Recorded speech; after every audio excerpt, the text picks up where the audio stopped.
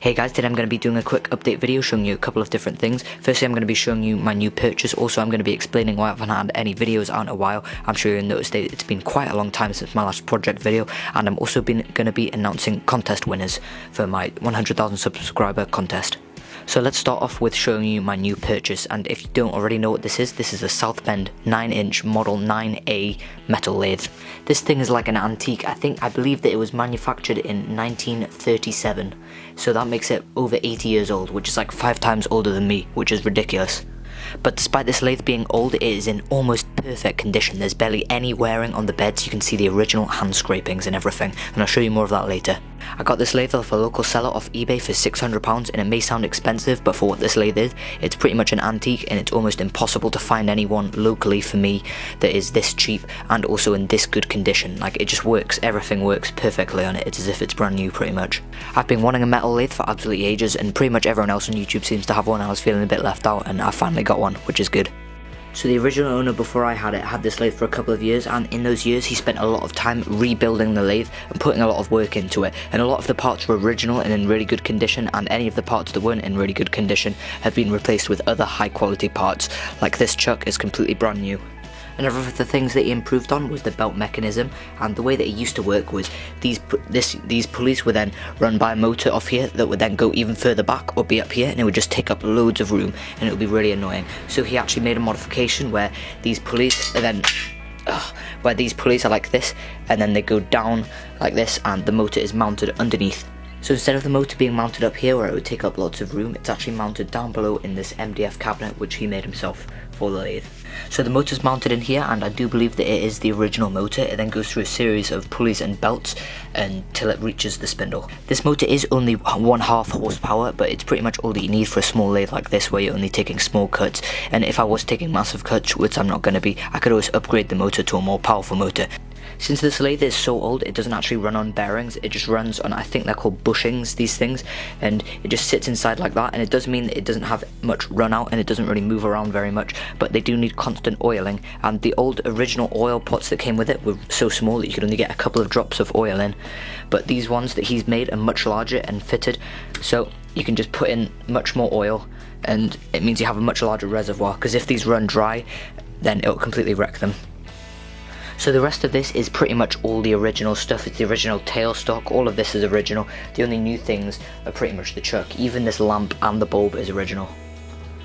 So in the cabinet below I've got quite a lot of tools. I've got a tailstock chuck and also a live revolving centre for the tailstock. And they both fit in there very nicely. And I've also just got chuck keys for both of those, and also this key for the lathe.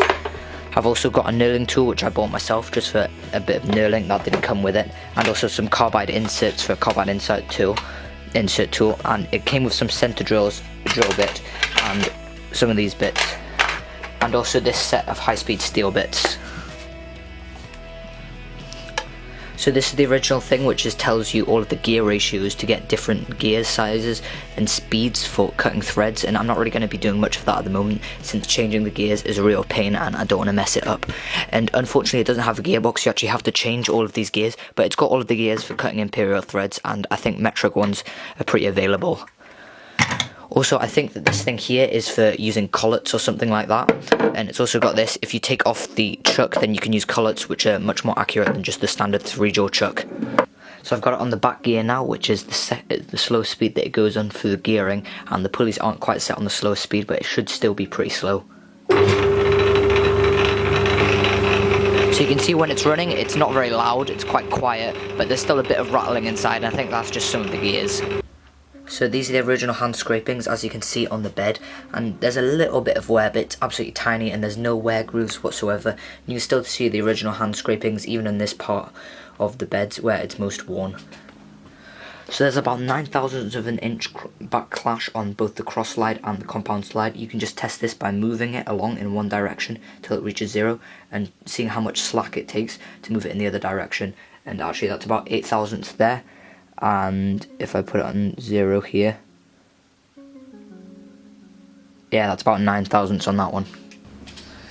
One of the first things I wanted to turn was a replacement for one of these top pieces, and these are for the oil pots which he made himself, and as you can see they're a pretty loose fit, and whenever you're moving your hands around here they're really easy to knock off and really easy to lose, and I've already done it once today. So what I did was I took an aluminium ingot that I cast from previously, maybe about a year ago. It's not very good aluminium, as you can see it's got quite a lot of holes and stuff in it. That's just because I didn't degas it, and then I turned a much tighter one which snaps on, and I'm only going to do it for this one since this is the one where you really touch when you try and move the spindle and stuff like that and the chuck. So that's fixed now, and it's much harder to knock off.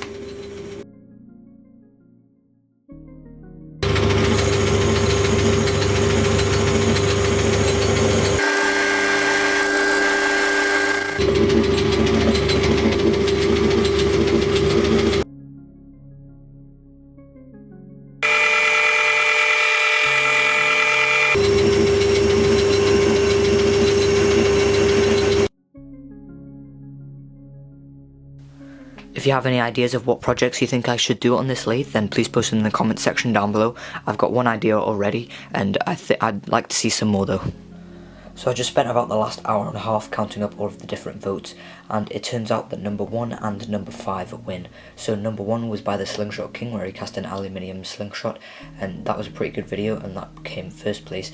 And number 5 was a battle axe made by Stray Hydra Blade, and that came second place. Good thing is everyone got at least one vote, and thank you to everyone who entered, and if you didn't win, better luck next time.